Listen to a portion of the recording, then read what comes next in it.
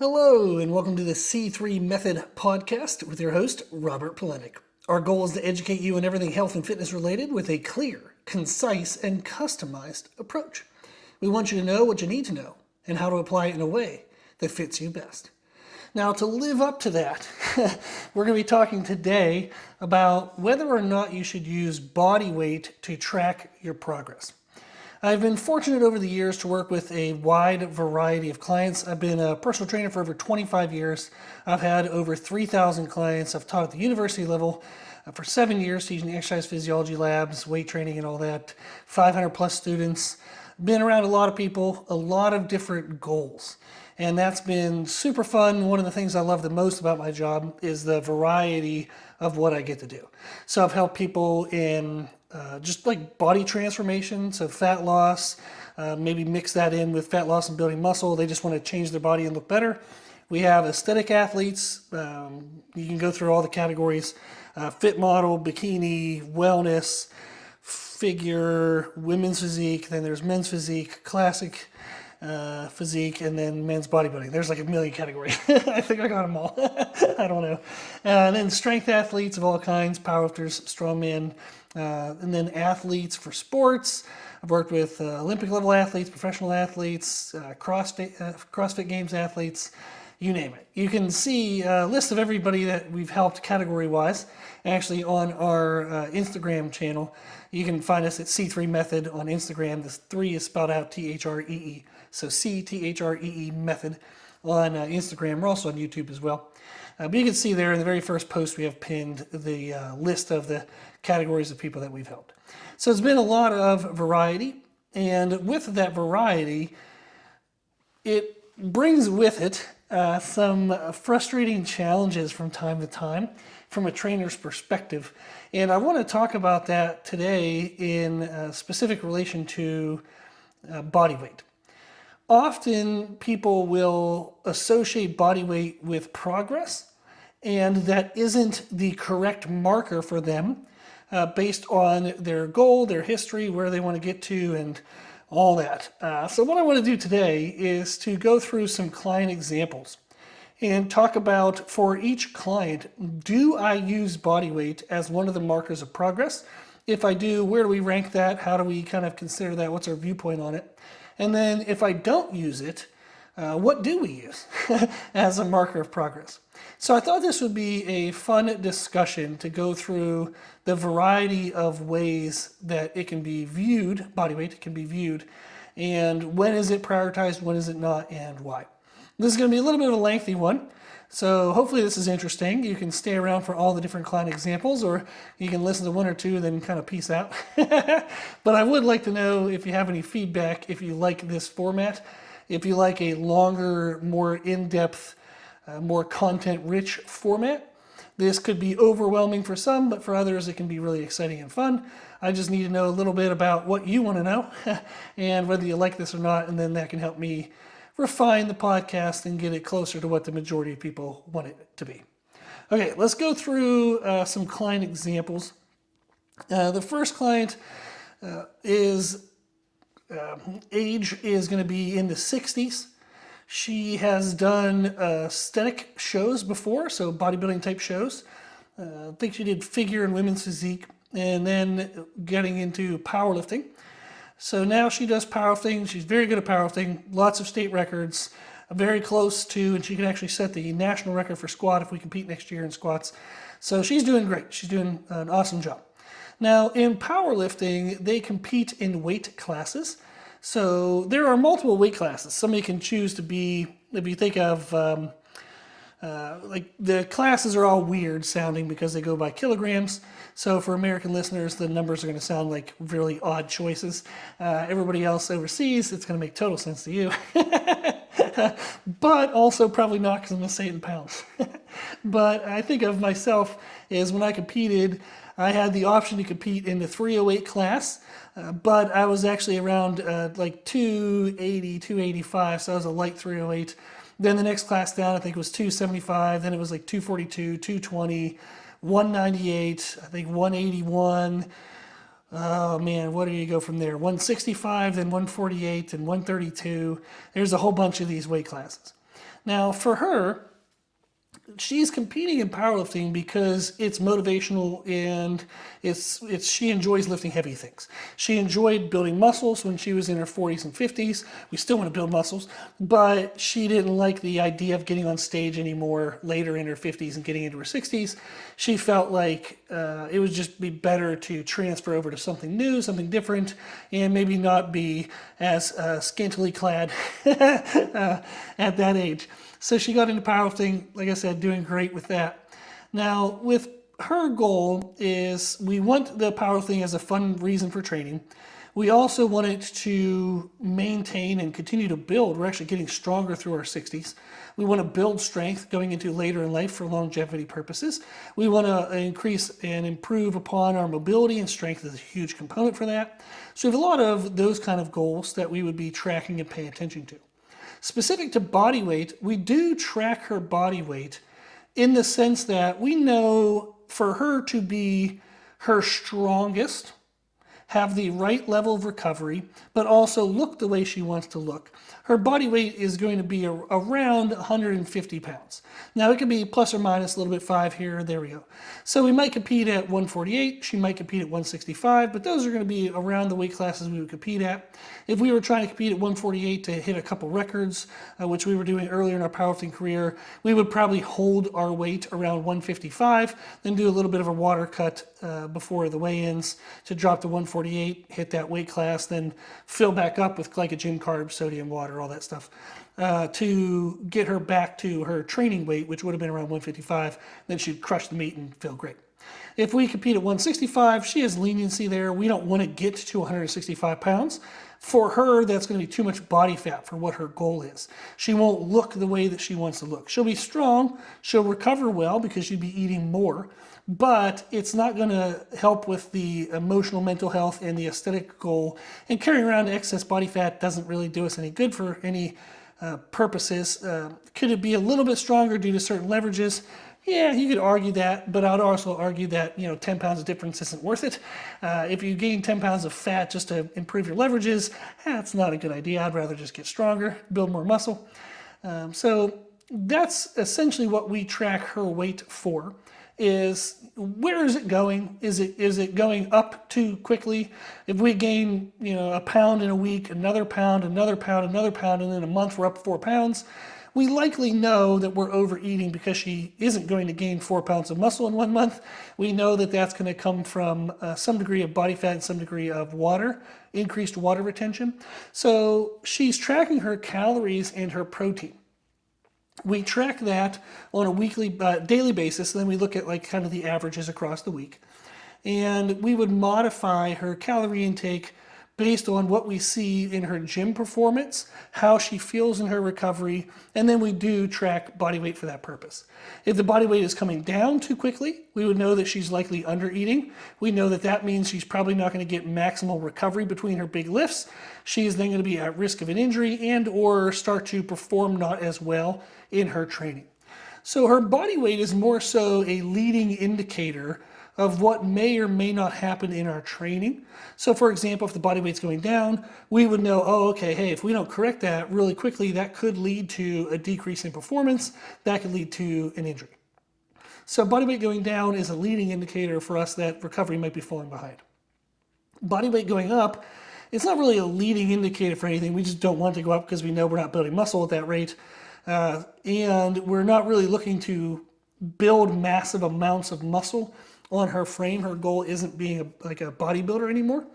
What I mean by that is if we think of the span over 6 months in bodybuilding, we may have wanted to be up, maybe 10 pounds, 12 pounds over 6 months. And hopefully a significant portion of that would have been muscle. We would then diet into a show and maybe we come into a show 4 to 6 pounds heavier, something like that than we did the previous year. So when we're bodybuilding, we know the weight's going to go up a little bit because we do want to build muscle, but how much weight goes up depends on that person, their age, even gender, especially if you're talking about natural people where they're not using steroids or other compounds to speed up the rate of muscle growth.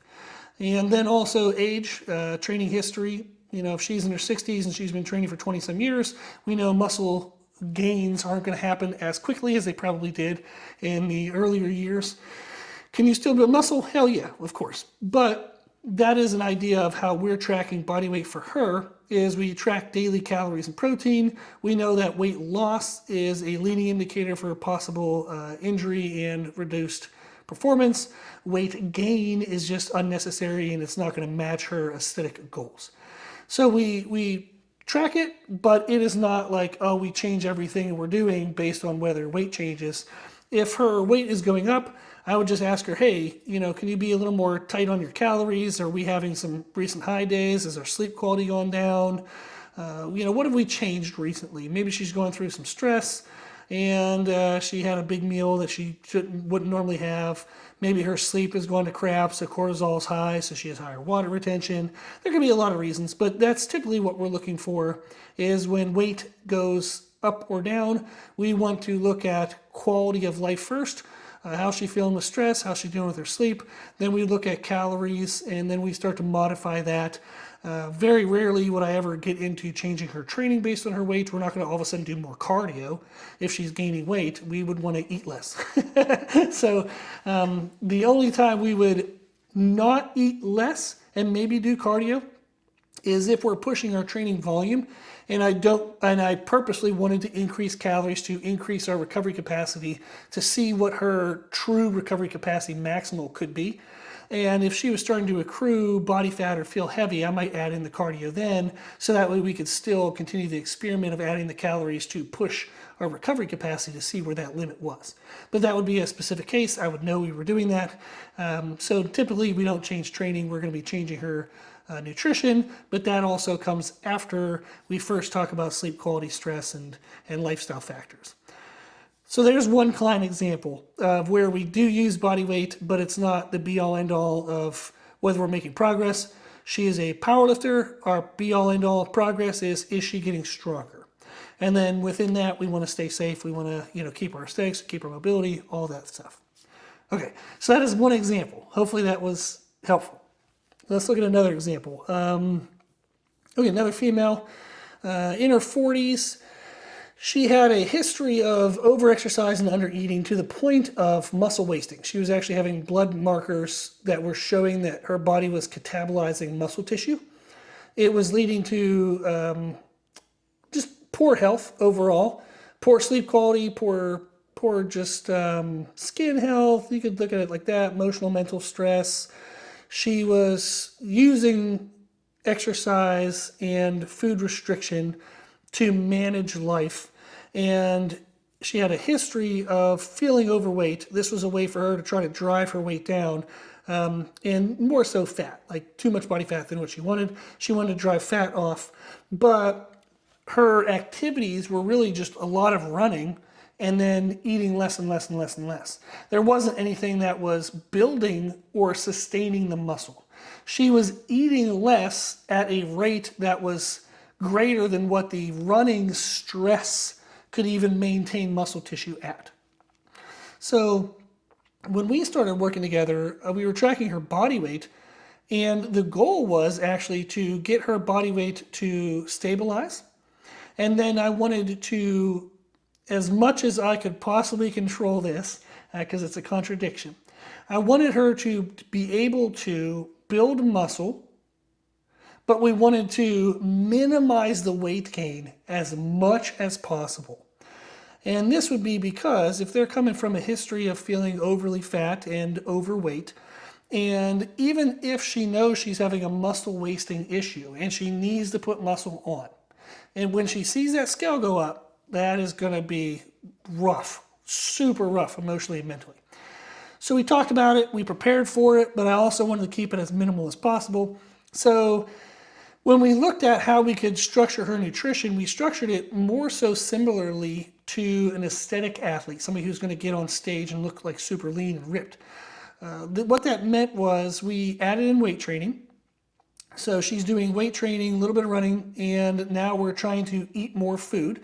We adjusted her protein up to about a gram per pound of body weight, which is high, because it's not 100% lean tissue, so it wasn't like a gram per pound of lean tissue, it was a gram per pound of body weight. But that got to where we would know pretty certain as science is going to let us know in today's day and age and what we know now, is that she's going to have plenty of protein to build muscle. Then it was, okay, we need to provide the stimulus to build muscle, so we're weight training. And then we want to control our carbs and fats so that she has enough energy to have good daily energy, so that way she doesn't have just feel tired and fatigued all day, which wrecks your emotional health and mental health. We also didn't want her to feel too deprived where it would impact sleep quality. And we didn't want her to be too deprived where it would increase cortisol and stress hormones. So we wanted to get above that. And then we wanted to stay below fat accrual, like fat, gaining fat, whatever the fancy word for that is. So our goal was to eat more when we move more, eat less when we move less. If you do time that, I know that there's a lot of research that says like nutrient timing, yes or no on like fat loss. Bullshit. I don't know. Like if you do it one way where you nutriently time everything as best to match your active, like eat more when you move more, eat less when you move less, or you oppose that, the person who matches it always looks better. They always feel better. So science can say what they want to say. And I do adjust it when I have a client who's purely just fat loss. Like we just need to get some fat off. If they want to do intermittent fasting, fine. If they want to do some other type of time control where maybe it doesn't match, okay, fine, whatever, we'll do it. Let's just get the fat off. But we're not looking to balance all these other components. We're not trying to also build muscle. We're not trying to also, stop catabolism of muscle tissue. Typically that's the only thing you're working on is fat loss, and that's usually health related, like health marker related, or they're getting ready for a surgery and they need to be lower for that, like leaner for that. So in this person's case, we ate more when we moved more, we ate less when we moved less. We also focused on more carbs when she was moving more, and then more so fats and a mixture of carbs, but a higher percentage of fats on the times she was moving less. So to simplify things, she runs in the morning to the gym, she works out, and then she runs home. So that would be kind of the morning activity. That's going to be our most active time. The rest of the day is kind of like desk work and then typical normal life movement. So we're going to have more of our calories in the beginning of the day, then taper the calories down the rest of the day. We're also going to have more carbohydrates at the beginning of the day and taper the carbohydrates down and swap those out for fats to later in the day. So we're doing caloric cycling plus carb cycling as a mix based on activity, not based on per 24 hours. This allowed her to start to build muscle tissue. We got out of the bad blood markers. Those are all good now. She's built muscle, and we've held off a ton of typical weight gain. So she has gained weight, but it's been very controlled. She's done a great job accepting that the amount of weight that we have gained is totally okay. We do monthly photos, so that way she can see her body composition. And then when you start to compare, photos from month 1 to month 3, then month 1 to month 4, then month 1 to month 5, she can start to say, oh wow, if I didn't know what number I would see at month 4 and 5, I look leaner, I look better. That's actually the look that's closer to what I want. But if we look at body weight, she might be 5 pounds heavier, 6 or 7 pounds heavier. So if you look at body weight alone, for her as an example, she might see that what we're doing is negative. It's the opposite of what she wants. This is failure. This is horrible. We have to stop everything. None of this is working, right? But if you look at photos, you're like, damn, I'm looking good. And that's what we want. So her goal, whenever she was doing all the over-exercise, under-eating, was to feel better in her skin. She wanted to look at herself in the mirror and like what she saw. So we're going to use what we look at in the mirror. We're going to use photos. So we are tracking body weight because it does help me to know, okay, if her body weight is going up really fast, before I have a month go by where I see the photo and say, oh crap, it looks like we lost muscle detail there. If we're tracking body weight and we're tracking that, say we're tracking it every day or like twice a week, Mondays and Thursdays, something like that, I can catch that faster. So that's one of the benefits. If we see her weight going down, we know that there's no possible way she's building muscle and her weight is going down, considering that the way in which we're controlling her calories, she didn't come from a caloric surplus and then we're into a deficit, and then she might still be able to build muscle in a deficit. She was from like below a deficit, and we had to come up into a deficit. So I know weight can't go down. If it is going down, we're doing something crazy bad. She's definitely skipping meals. Something's happening. So I need to say like, hey, can you send me some photos of your meals? It looks like we might be missing out on what we think we're eating. Like I've had people before send me a photo. They'll tell me like I'd have a food and I'm like, hey, I need you to get 50 grams of carbohydrates from these different foods. And maybe it's, for example, jasmine rice, sweet potato, and white potato. And they would be like, oh my gosh, I'm so starving. This is not anywhere near enough food. I'm like, what do you mean? Like this looks like it would be fine on paper. I said, can you send me a photo?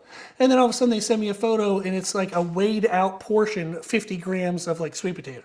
And that's not going to be anywhere near what we thought we were getting calorie wise. So they were doing 50 grams of weight rather than 50 grams of carbohydrates from that food.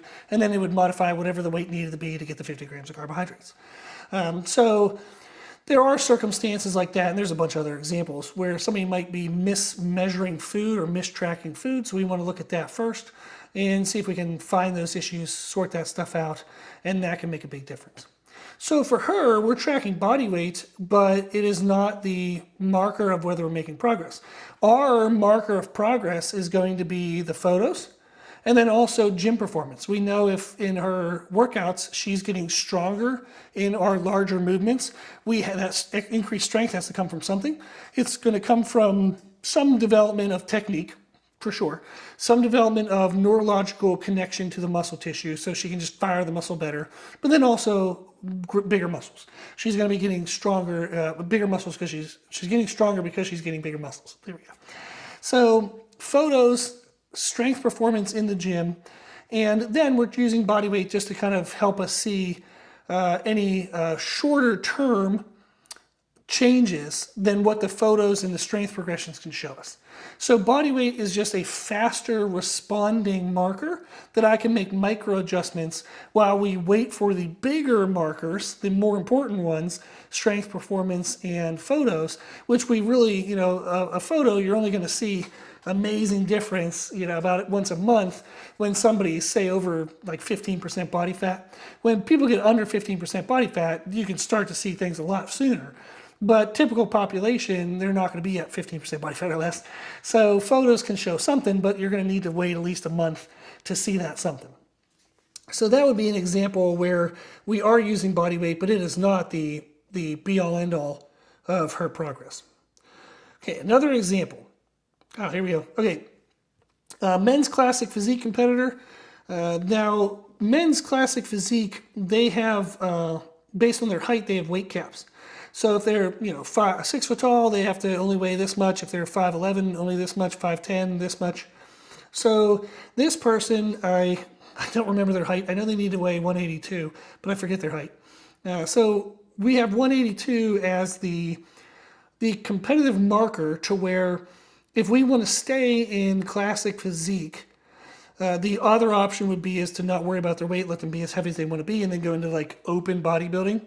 But they're way undersized to do well competitively yet in open bodybuilding. They would need to have 2-3 year off season with incredible returns to get up there. It's possible, and people do that. But this person, for example, is 50 or 51. So we're not going to do that. We're not going to all of a sudden, make the jump to open bodybuilding. So we're going to stay in classic physique 182. Now, in their off season, we'll track their weight because we want to grow. We need to let the weight come up. We need to have growth to happen. But we also know that there's a certain amount of muscle accrual that would make sense, like a rate of weight increase. We might aim for an allowance of 2 to 3 pounds a month. That's going to be very reasonable. If we go higher than that, they're going to accrue a bunch of fat that we then have to take off later on. That's a pain in the butt. And it's just the body operates better, the systems run smoother, everything's a little more efficient when you stay leaner. So for them, if I can keep them at 15% body fat or less in the off season, that would be a really good target. So then when we want to diet down, if we want to get down to like 6, 7, 8% body fat, they're a regional competitor. So we're not like looking for the Olympia stage level of leanness. So if they can get 6, 7, 8% body fat, that's exceptional. They're very good. Now, If we're in the off season, say, 12, 13, 14, getting down to 6, 7, 8, reasonable, we can do that in a contest prep. That means then that coming out of a contest, we want to make sure that their weight does go up over the next couple months so we know we're building muscle, but we don't want it to go up too much because then that is a bunch of fat we have to take off later on. So body weight is something we track. But like with the previous person, we also track photos and we track gym performance. We know if their gym performance is going up, they're probably building muscle. We know if in the photos, if they're looking a little bit bigger, in this area versus that area, but the detail is staying the same, that helps us know that we're building muscle. So it's often going to be a mixture of markers where body weight is going to be considered, but it is not, we do everything based on only what body weight says or doesn't say. For them, we're going to be using body weight because it's a target, just like in powerlifting, they have to compete at a certain weight. This person is competing at 182. We know we have to get down to 182 at least, maybe get a little bit leaner than that. But they're actually competing this weekend and they're weighing in today and they woke up at 181.8. So we're right on target. Now, that is going to be their kind of use of body weight is letting it go up in the off season, but not too much up. And then during contest prep, we're not going to expect this super steady, decline, 0.2 pounds every week for X number of weeks. It doesn't work that way. So let me pick a fat loss client so we can talk about that as a topic. Let me scroll through my mind here. Okay, here we go. So we have a fat loss client who would be, she's transitioning from like normal body composition as a female. So I would say 25 to 30% body fat, somewhere in there. And she wants to get into a wellness competition.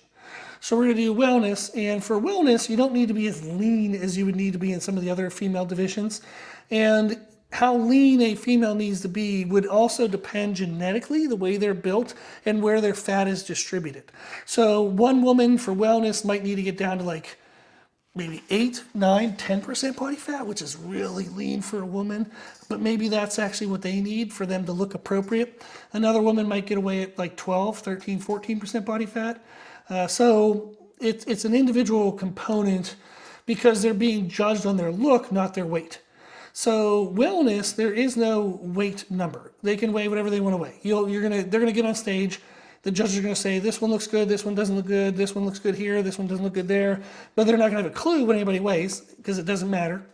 So weight isn't the be all end all of what we're doing. However, if we know we're currently, I'm just making up numbers, say at 30% body fat, we know that they likely need to get down to 12% body fat. Let's just set that as a marker and see how we look along the way. We know that their weight, their body fat has to go down. Now, what their weight is going to do depends on what their muscle needs to do. If they're already very muscled, meaning they have thicker thighs, thicker glutes, they have good like shoulder cap, they have the muscle they need, they just have more fat over top. Well, then through the process, we're going to see a greater rate of fat loss than we would see a rate of muscle accrual, like muscle going up. I hope that's a real word. I don't know why that's stuck in my brain today. I think it's a good word. But we know that the rate of fat coming off is going to be greater than the rate of muscle coming on. So in the entire process, their body weight is likely going to go down. And it's going to go down at a greater rate than what we would see where if a female says like, oh, I want to do wellness, but maybe they're coming from a bikini background, so they need to build quads, they need to build some hamstrings, they need to build some glutes, maybe they need to bump up their shoulder size a little bit. We've got to put some tissue on. Now, if they were coming in, let's just say for the example, they were coming in as well at 30% body fat. So maybe they did a bikini show, a couple years ago.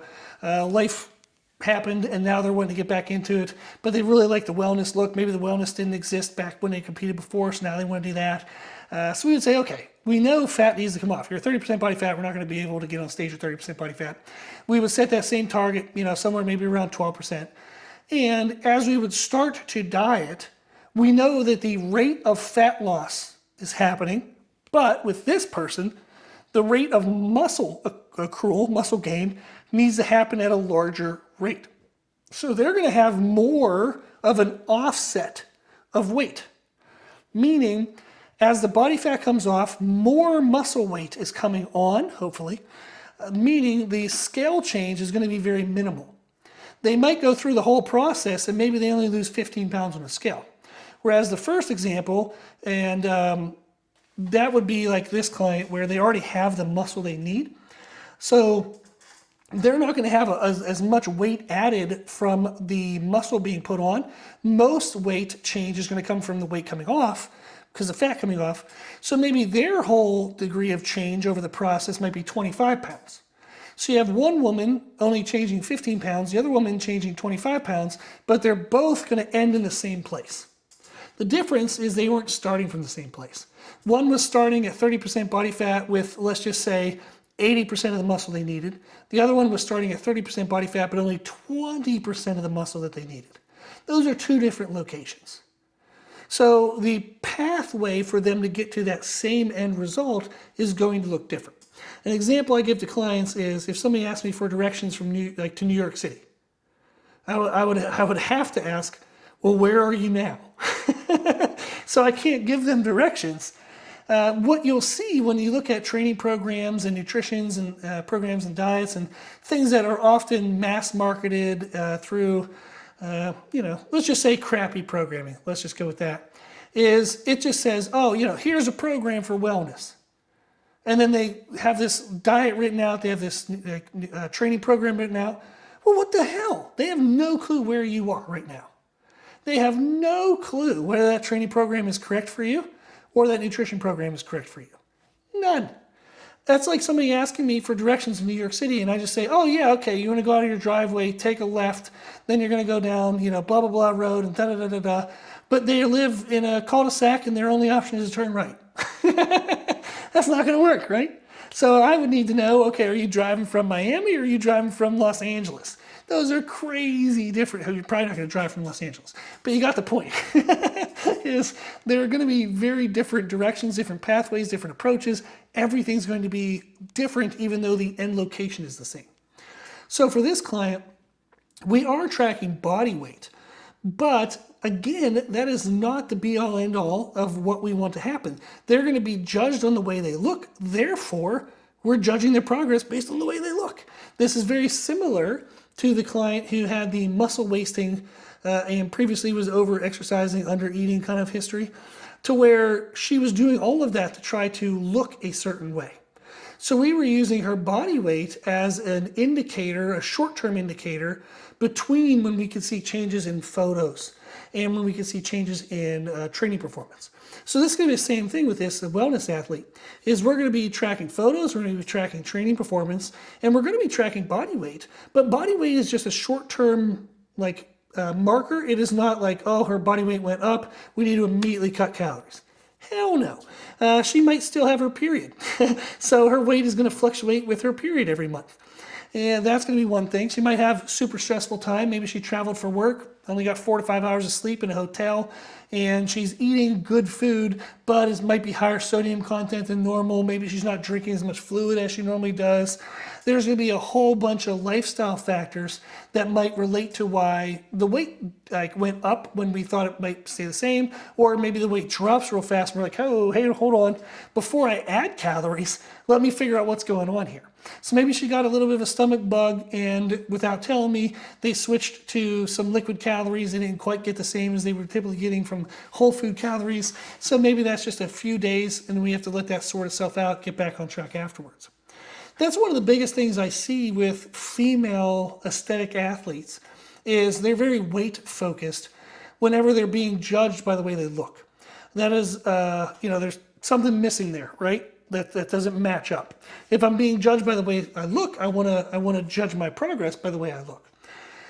Anytime you would change food, anytime you change training programs, your weight is going to fluctuate a little bit up or down. It's going to change a little bit. In the meantime, like you could say, like in the course of a week or two, even 3 or 4, depending on the severity of the change. So you have to understand that as you go through that fluctuation, as you go through the change of food, letting the new nutrition program take its course and do what it should do, let the new training take its course and do what it should do, that hopefully will settle, and the trainer would hopefully explain it to you, is, hey, let's give it this week. Let's see how you're feeling. Let's see how you're looking. All of a sudden we send photos, and overall the photos actually look pretty okay, but it's only been a week, so there's not much of a difference. But maybe the weight's going up 3 pounds. Well, if we've been tracking calories and we've been tracking protein, we know we're not in an excess. We know we didn't gain 3 pounds of fat. Not at all. That's going to be 3 pounds of food waste. It's going to be 3 pounds of maybe new glycogen formation if their person's introduced carbohydrates when they previously weren't eating carbohydrates. So it could be basically just water weight changes in food waste that hasn't been processed yet. And that's why we would say, oh, okay, hey, the diet went well, you're looking good, we had enough energy for the training, everything looks really good. Let's do another week and then let's see how you're feeling. If we start to feel now that hey, energy's really good, but we know we need to cut fat off, maybe we'll then start to consider bringing the calories down. So you're going to take it essentially like a week by week by week basis. And the weight is something that you would track because you want to know, okay, if I'm adding carbohydrates to a person's meal plan, I know their weight's going to go up. I can know that, I'll track that, make sure it's happening, everything's reasonable, we move on. Let's say we take carbohydrates out of their diet and all of a sudden their weight goes up. We would say, ooh, this is interesting. Typically, if we take carbohydrates out, we have a reduction in water retention, your weight should have went down.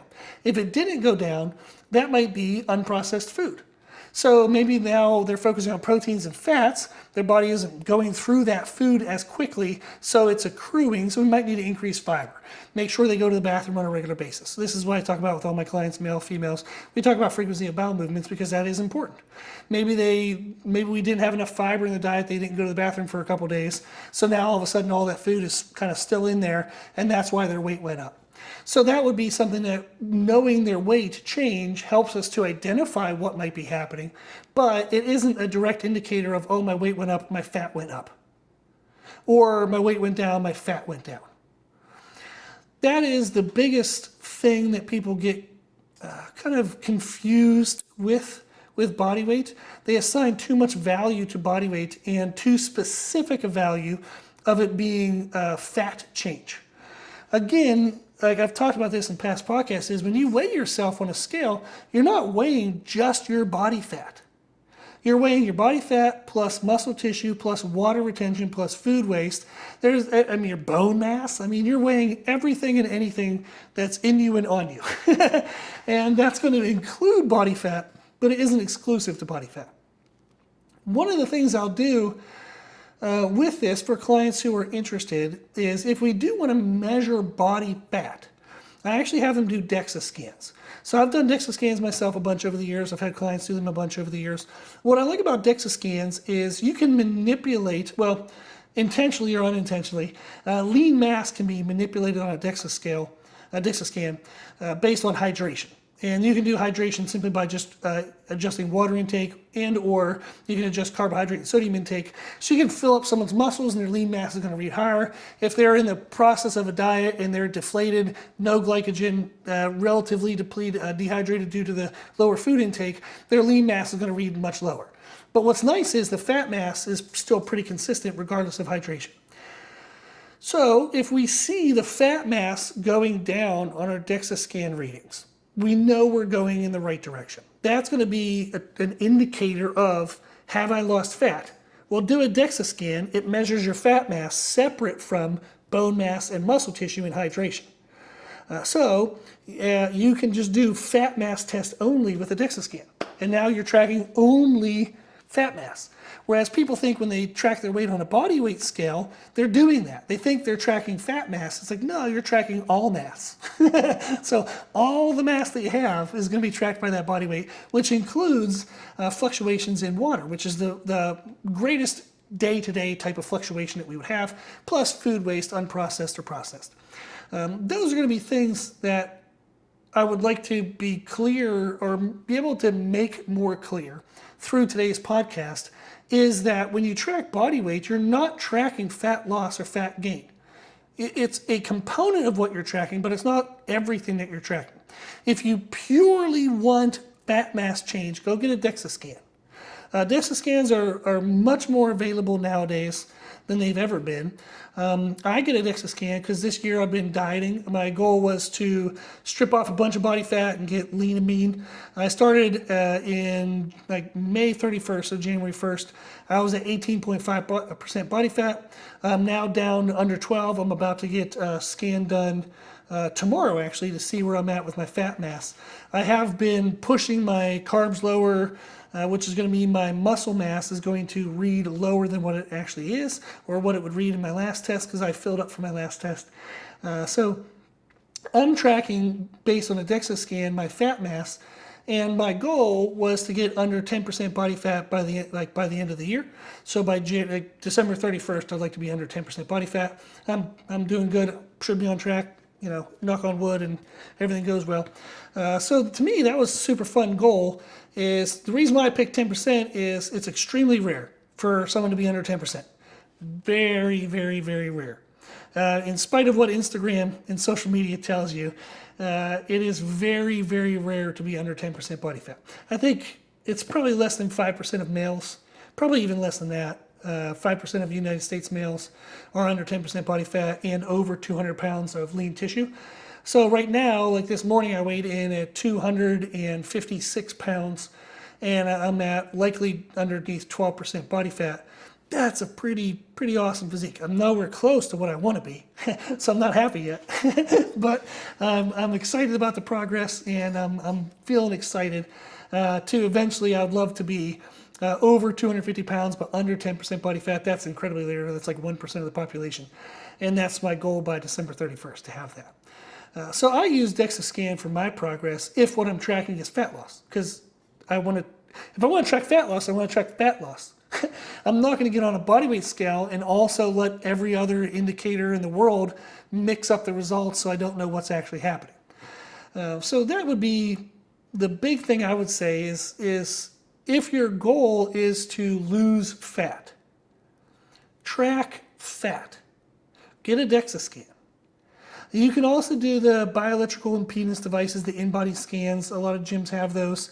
They're not going to be as accurate as a DEXA scan, but it's at least a little bit better than a body weight scale, that's for damn sure. When I taught exercise physiology labs at the university, we went through skin fold measurements. I did well over 1,000, a couple thousands of those. We did bioelectrical impedance devices, which are those like little silver pads you either hold onto a hand thing and it sends an impulse like through your upper body to the other hand, which only reads the body fat you have from that point to that point. So it reads women higher because of breast tissue and extra fat around their breasts. Or you're going to stand on a scale where it goes from 1 foot up your leg through your midsection, like crotch area, and then back to the other foot. But that really is only reading the body fat percentage in your legs. So an in-body scan should have like the feet and the hands, so at least it's going like through your whole body. That's going to be a lot more accurate. So I would get to a DEXA scan, I would get to an in-body scan, something that can differentiate between muscle mass and fat mass. That's going to help you have a better and more accurate understanding of what's actually happening with your fat loss journey. Okay, I think I'm going to stop there, but if this is a type of podcast that people enjoy, let me know. I'd be happy to go through more client examples, and if we want to have another focus, maybe how we train a certain way, or what do we do with their food, how often do I use fats versus carbs, or what's the protein intake on people, what do we do with nutrient timing. If there's any specific topic you'd like to know, any format that you would like me to highlight, the more feedback the better. Otherwise, I'm just going to keep making up ideas and hoping they're pretty good. So let me know. You can give me feedback on whatever platform you're watching this on or listening to this on. However, you can also go to our website, which is C3Method.com. Again, the 3 is spelled out T-H-R-E-E. So C-T-H-R-E-E method.com. You can also go to Instagram, C3Method, YouTube, C3Method. Those are going to be the 3 best places to reach out to us. Give me whatever feedback you can give, and I'll continue to refine this. So I appreciate you watching. I appreciate you listening. Hopefully this was valuable, and you can take from this something that benefits your life. Awesome. Okay, if you need anything, let me know.